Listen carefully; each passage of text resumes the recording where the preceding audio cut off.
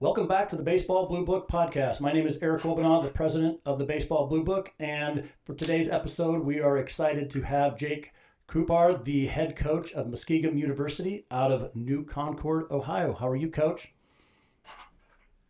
Good. Thanks for having me on. I appreciate you jumping on with me and excited to get into your program and your journey. But before we begin, I want to encourage everyone who is on YouTube to subscribe to the channel, like, and share. It helps us get our message out, and we are growing, and it's exciting. If you're on iTunes or Spotify, please subscribe. Again, it helps get our message out, and I'm really excited to have you joining us today. So, Coach, we always start with the journey, kind of getting to know you as a coach. And so I'll hand it over to you. Give us a little introduction and go into your journey. Have me on here, Eric. This is pretty cool. It's pretty special. But yeah, I mean, I grew up in Canton, Ohio, about an hour north of campus here. Baseball's been a part of my life for as long as I can remember. But I played baseball at Canton Central Catholic High School for OHSAA Hall of Famer Doug Miller. So had a really special baseball experience there. He's a big reason why I'm coaching today, a big mentor of mine. But then I went on to play baseball at University of Toledo in Northwest Ohio in the MAC and played there for 4 years and was a criminal justice major, thought I was going to be a police officer. And then I kind of, going into my last year, I kind of realized I wasn't going to be able to give it up. So Coach Corey Mee, who was my head coach in college, he's now the assistant at Western Michigan. But Corey's a big mentor of mine, and he kind of we talked, and he kind of pushed me to it, and that's a huge reason why I'm here today. But so played for him at Toledo, and then I got into coaching at Baldwin-Wallace University up in Berea, Ohio, with Brian Harrison, and kind of a funny story. So I was looking for some coaching jobs in college, and at that point in my life, I thought I was still good enough to play, and so still training and trying to figure things out. And one of my high school teammates played at B-Dub, and I called him, and he set me up with Coach Harrison, and we had a phone conversation and had lunch, and basically offered me a volunteer position, said I could come coach the outfielders, help out with the hitters, and learn how to recruit and do all that kind of thing. And so, being from Canton, I was working in the morning from like 6 or 7 in the morning till about noon for a construction company, and then driving an hour to Berea every day to help out with practice and do lessons till 9 or 10 at night to make some extra money. And I found out very quickly that it was what I wanted to do. I think that experience could have made or break. It was a make or break experience. Either I would have figured out I didn't want to do it, and I figured out that's what I wanted to do. And so I kind of ran with it. And then from Baldwin-Wallace, I got the opportunity to come down here to Muskingum to be a graduate assistant, get my master's and all that. And so I worked as a graduate assistant for a year, and then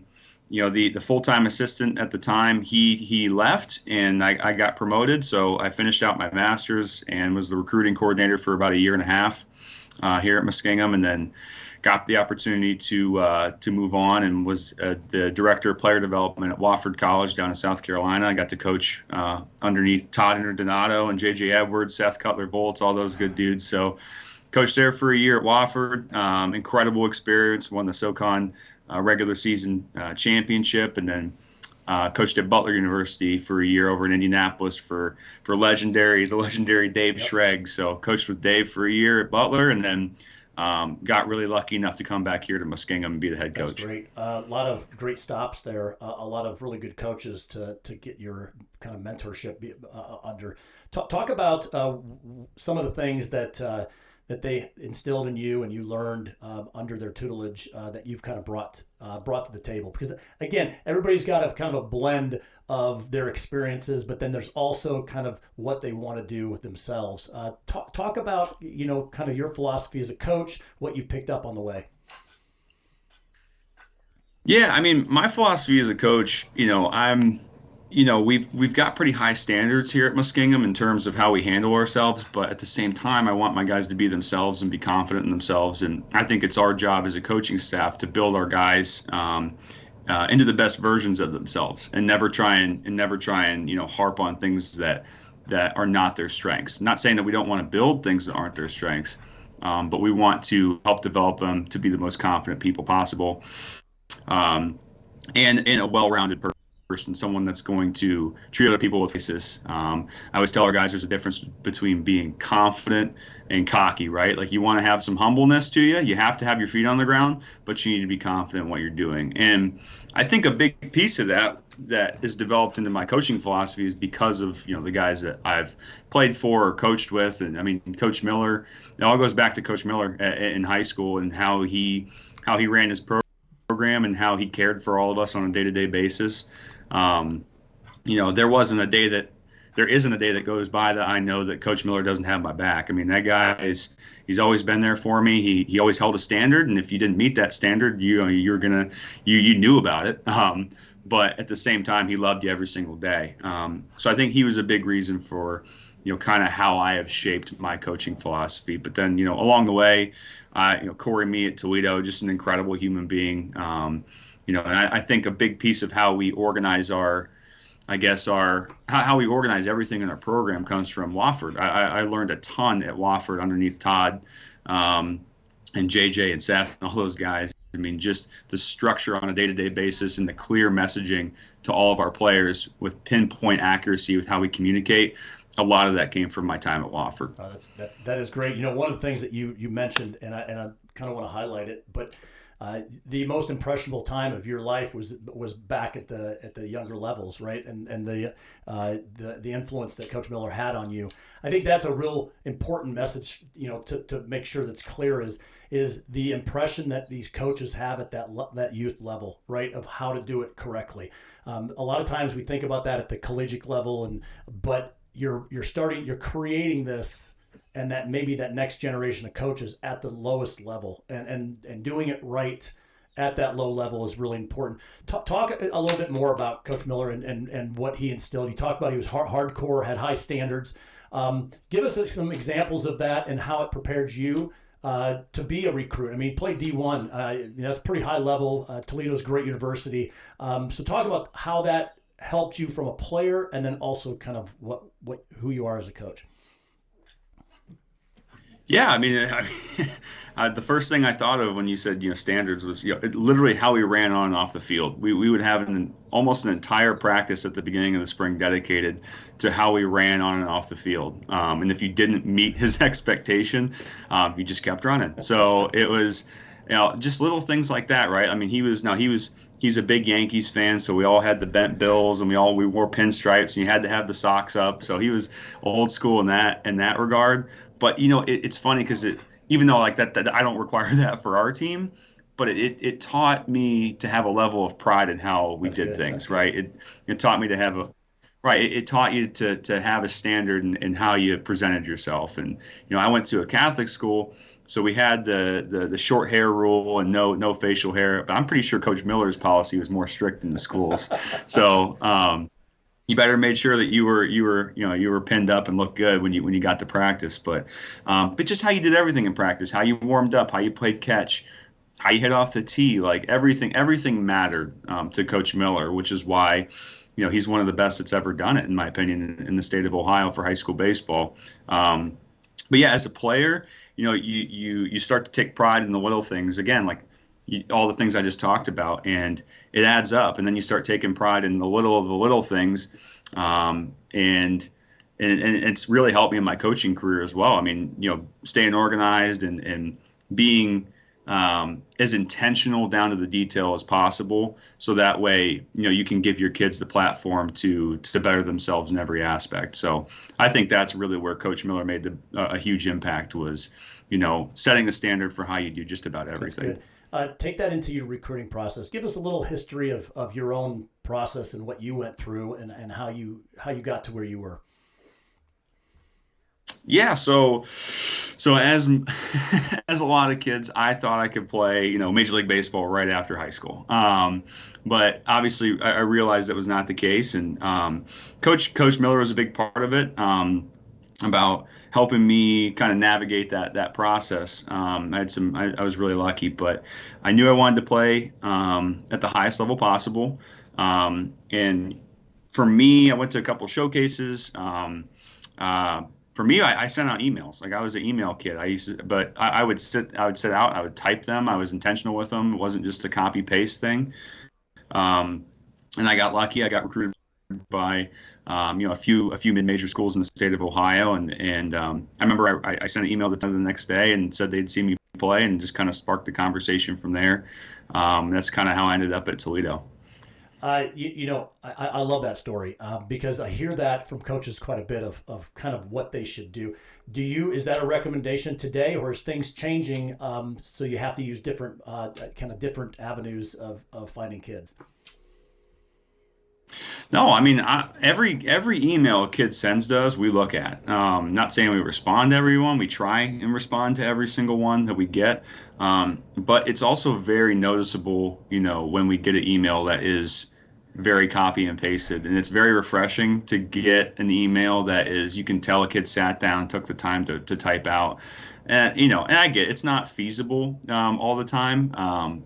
But it definitely shows us that there's genuine interest in our program when we see something like that. So, yeah, we definitely take a look at email. We like I said, we try and respond to every single one. Doesn't always happen, but we try to. That's good. Well, you know what? I'm going to correct you from my opinion, right? I think it is feasible. If kids want to get recruited, if they want to play at certain places, I think that they could take the time to be specific on what they're doing. You're starting to see a lot of. I read. We're on Twitter quite a bit, and one coach came out and said, kids, to just tag 50 schools on your highlight, it may not be the right thing, right? If you're trying to get exposure, great. If you're trying to build up your followers, fantastic. But if you're trying to get recruited, maybe you should narrow that down.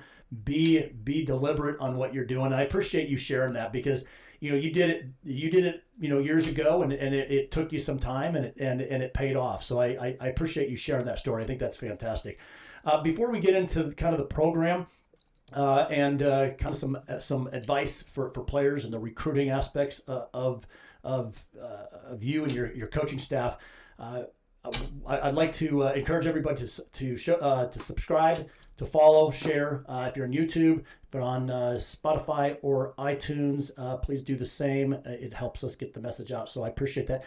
We are with Jake Krupar, the head coach at Muskingum University, and we're going to get into kind of the program. So why don't you talk about what makes your program unique? I think everybody's program is unique. There's a lot of similarities across the board to successful programs, but everybody's got their own little spin of things, what they expect. Yeah, I think, and no doubt, like everybody's different. Everybody is unique in their programs, and there's a lot of really well-run programs out there. We'll start by saying that, but where I think we're a little unique, and what I think we do a good job of is we always try and keep it about our guys. Every decision that we make in our program is directed at helping our guys, helping our players. We have a saying in our coaching. I mean, we're trying to help our guys become the best young men that they can possibly be. And what that means is everybody's a little different. So we're trying to find out what everybody's strengths are, both on their personal life side of things and the baseball side of things. And we're trying to help develop those strengths to the highest level possible. Because at the end of the day, yeah, do we want to sit here and win games? I mean, absolutely. We're all competitors. We want to win. But at the end of the day, we're here to develop kids to be the best human beings they can be so they can go out in the workforce and be great workers, be great husbands, be great fathers. Because in my opinion, the best part of college baseball is the rest of your life after college baseball, because you develop the relationships with your teammates, you create new relationships, you use the skills that you've learned. I think that's the best part of college baseball. So we want to develop our guys for that time in their life as well, not just to win games. So I think that's what we do a really good job of. No, I think that's really important. I think people, it's almost the same. It's kind of the same when you think about high school. and you're building those relationships. And all of a sudden, how many people do you actually still hang out with when you're older from high school? It's the college years, right? The college years are really that time when you're building these lifelong relationships. Baseball is such a great avenue, and these people that you're going to be around. Obviously, as a coach and a recruiting coordinator, and what you've done, you're kind of responsible for some of those relationships, right? You're bringing these kids in, and you're at the end of the day, you're setting them up to having these lifelong relationships. Talk about kind of some of the stories that you may have of players. One of the things I love hearing about coaches is when they're excited about being invited to weddings and different things from their players. Yeah, that's the coolest part, without a doubt. Like one of my former players here, I coached him when he was here at Muskingum. He lives out in Indianapolis area, and I remember, he found a job, but he wasn't quite happy in his career, and so he calls me and we're talking on the phone, and we're talking about maybe some different career paths and stuff like that. And he'd also just gone through like a breakup, so he wasn't in a great spot. And then we just stayed in contact, right? And seeing where he's at now, he's happy. He's in a great relationship. He got a new job and a new career that he absolutely loves. Anytime I'm in Indianapolis, him and I are going to go grab some dinner together. That's just one example, but just those kinds of things are what make this line of work so rewarding, is seeing your guys, whether it's on the field making an adjustment and, having some success, or it's, graduating and going on to do really cool things. I mean, that's easily the best part of what we do. That's great. What is your message when you go into somebody's home and you're offering them a spot? I mean, are you talking to the parents? Are you talking to the player? Are you talking to both of them? Do you have a message that's different for each one of them? I think we definitely open it up to have a conversation with the entire family, but most of what we do is centered around the individual, centered around the student athlete. A big thing for us is getting to know our recruits. Is that first initial phone call for us is not just the elevator pitch. Like, we're not just selling our program right off the bat. Like, I want to get to know who I'm on the phone with. So, get to the first 5-10 minutes of a phone call with our coaching staff isn't going to feel like a recruiting phone call. It's just going to feel like you're BSing with one of your friends, and just getting to know them and seeing what they're about, seeing what their character's like, seeing what type of kid they are, and then from there, of course, we'll talk about our program and kind of what our standards are, and what they may or may not be getting themselves into. So I'd say most of our conversation is directed at the student athlete. But we love to have their family around, because obviously it's a family decision. Right. It's not just the student athlete's decision. So I want their family to understand what our program's about, and to see, if it's the right fit for them in their situation. We talked about a lot of things, right? Long-term relationships that they're building, the continuation into, after graduation and what they're going to do. We hear the word fit a lot. Is it a good fit? And I guess the question that I have is, define that in your mind, right? When it's easy to say you got to find a good fit. Is it a good fit here? We're looking for kids that are a good fit. What does that mean generally and specifically to your program? Well, I think finding the right fit just means, what do you value? What do you value the most, right? Do you value the connection piece with the players and coaches the most? Do you value the size of the school, the academic piece? Like, where do your values line up in relation to the schools you're looking at? So I think it's not, I think it's as simple as that. It's finding out, do you have a connection with the coaching staff? Do you have a connection with the players? Do they offer what you think you might want to study? Which, I mean, half the kids change their mind anyways, but they have the academic component you're looking for, which I think the most important part of the academic component goes back to the connection piece with faculty and staff. All right, can you see yourself working with the faculty and staff at that institution? Is it a city school or a suburb school, or like us? Like, we're in a very small town in a remote part of Ohio, and does that fit what you're looking for? Kind of that quiet community. So I think it's what you value, and you have to line up your values and be firm with them. For us, I think the biggest piece of that fit for our program is the connection piece. If we feel there's a connection with the recruit feels there's a connection with us.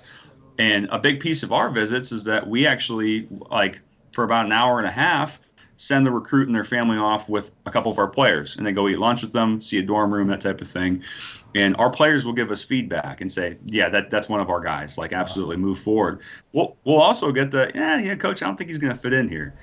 So the connection piece for us in our program is by far and away the most important I think one. that's fantastic. It's you've always got holes to fill, right? And there's you can go the recruiting route of filling those holes, or you can go the recruiting route of if they're a good fit from a community perspective. Bringing the players in, when I hear that from coaches, I think that's awesome. I mean, they're the ones that are going to be spending the most time with these guys, right? And if they've got the skill set, they've got the academics, they've got the basic things. It comes down to fit. And I love how you explain that. Fit in your mind is, are they going to fit in with the community and the relationships and what we want to do? The other things are all, we understand that, right? Coaches always talk about the things that take you off the checkbox, right? And it's, you don't want to have your name crossed out of the list. And so what can you work on?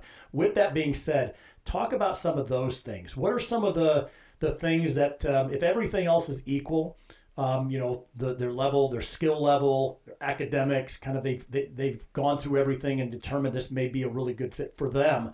What is something that on your side might cause a line to go through their name versus keeping them on the list? Yeah, I mean, I think that's a great question, and there's a couple things. One of the things I always like to say, first of all, I think it kind of goes along those lines, is we'll get the question all the time, like, Coach, what do you think I can do better? I'm like, I could give you a list of things, but that's not what I'm looking for. What I'm looking for is, how you play the game and what your strengths are.